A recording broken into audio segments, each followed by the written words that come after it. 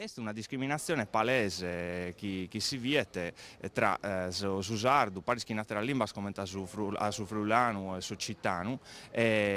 confronta a atras che sono già tutelate dai trattati internazionali come su sloveno,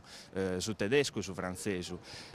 La protesta degli studenti dell'associazione Sumaiolu ha avuto la solidarietà anche di Sardigna Nazione, presente con Bustiano Compostu e Zampa Marras, ed è a Manca Pros Indipendenza rappresentata da Cristiano Sabino. L'obiettivo è scongiurare la ratifica da parte del governo italiano della Carta europea sulla tutela delle lingue regionali e minoritarie che discriminerebbe la lingua sarda. Il Consiglio regionale il 24 luglio scorso ha approvato all'unanimità un ordine del giorno con il quale ha chiesto al Parlamento di garantire i massimi livelli di salvaguardia della lingua sarda. Noi abbiamo mandato una lettera a tutti quanti i parlamentari sardi, al Parlamento italiano e al Parlamento europeo, al Consiglio d'Europa, dove praticamente chiediamo che vengano fatte degli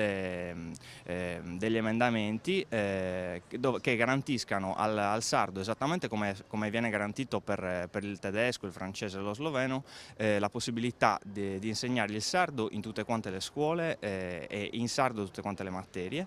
insieme all'italiano. Vamos a scordare, so solo de mundos, chi son disconnoto, so solo